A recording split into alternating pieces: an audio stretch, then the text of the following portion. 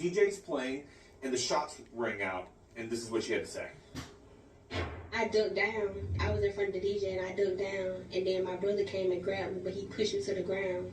And then the gunshots were still going off, so I had waited a little bit, and I got back up, and it was like people bodies just at the door, so I just jumped over them, and I just ran out the door.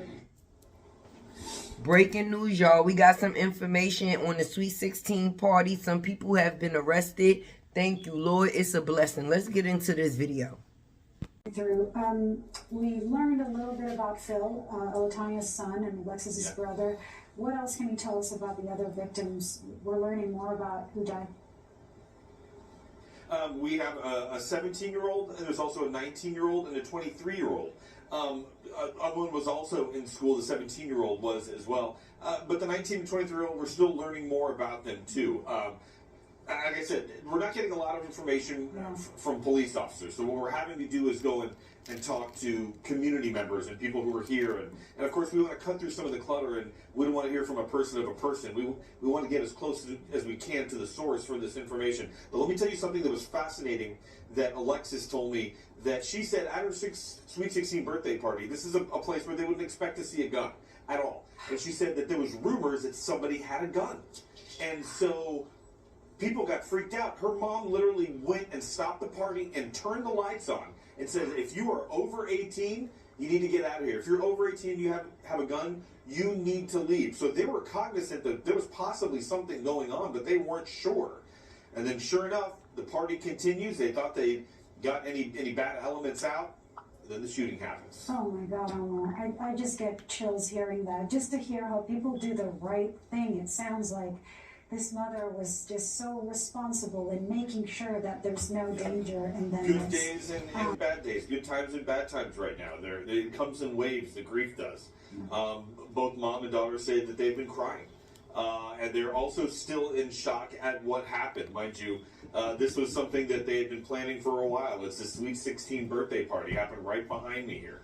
And what made it interesting is that Alexis was telling me, the sister, that they were close. She had just made varsity cheer this year, so on Friday nights, she was there with her brother, who was a football star. So here she was being able to cheer on her brother playing on Friday, and it was great. They would always take pictures after the game, her in her cheerleading uniform, him in the football uniform, and he was the big brother there with his little sister. The mother, Latanya, was telling me that she's in shock. She said he always had a smile on his face. This was a kid who was doing something with his life. He was, after playing well on Friday nights, he earned the honor to play on Saturdays. He was going to go to Jackson State and play football. And that was something he was looking forward to doing. And she had the dates down, still in her head. May 25th, he graduates. May 31st, he is going to Jackson State. Now she says she's still in shock because she's in the process of planning his funeral. But I want to tell you a little bit about what Alexis told me. When she was inside on her phone, as 16-year-olds are, a DJ's playing, and the shots rang out. And this is what she had to say. I ducked down. I was in front of the DJ and I ducked down, and then my brother came and grabbed me, but he pushed me to the ground. And then the gunshots were still going off, so I had waited a little bit, and I got back up, and it was like people bodies just at the door, so I just jumped over them, and I just ran out the door. In Dadeville in Tallapoosa County. On Tuesday, April 18th, at approximately 8 p.m., the Alabama law enforcement agencies, State Bureau of Investigation, officially arrested and charged Tyreek McCullough, 17 of Tuskegee, and Travis McCullough, 16, also of Tuskegee, with 4 counts of reckless murder each. That's 4 counts of reckless murder each. And I really want to, before we go any further, I absolutely want to thank this community and the information that was provided. And I also want to reiterate how important it is going to be for you to continue to do that. Please understand, with a scene in a violent act, with the violence that went on and the magnitude of what happened, we are absolutely still in the early stages of this investigation, okay? This is absolutely the beginning this is not the end. There is a tremendous amount of work that is yet to be done. We're going to continue to do exactly what we've been doing. We're going to be very careful with everything that we say, with everything that we do, because we absolutely are going to stay focused on the families and the victims. But we're going to need the public's help when we do that. The other thing I want to point out, if you were at the venue that night, so if you were physically at the venue and you have not come forward, meaning you have not contacted law enforcement, please hear me.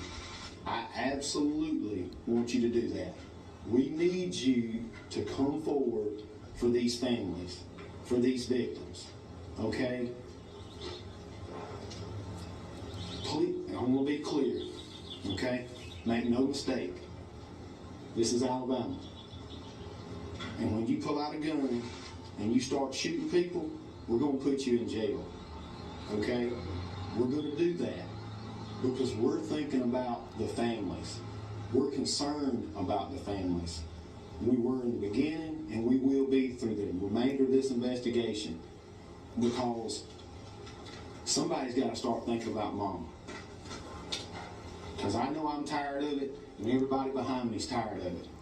We're tired of going to the mothers and having to tell them that these kids are not coming home. So that's what we're going to be concerned about. We're not concerned about the headlines. We're not. We're worried about mom. Okay? So that's going to be our focus, and we're going to stay laser focused on this investigation throughout the duration. But again, it's going to take personal courage. It's going to take personal courage of the individuals that were there that night to come forward, come talk to law enforcement, tell the truth. We need that information, okay? I'm now going to turn it over to the 5th Circuit District Attorney, Mike Seegers, for his comments. Thank you. We will send out an official press release with all the names immediately following this. Please hold all questions to the end of the press conference. Thank you. Good morning, everyone. My name is Mike Seegers.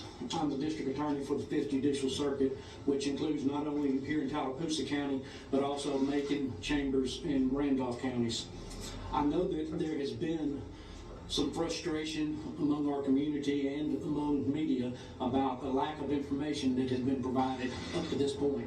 And I want to explain part of the reason for that. As a prosecutor, I cannot discuss the specific facts of the case.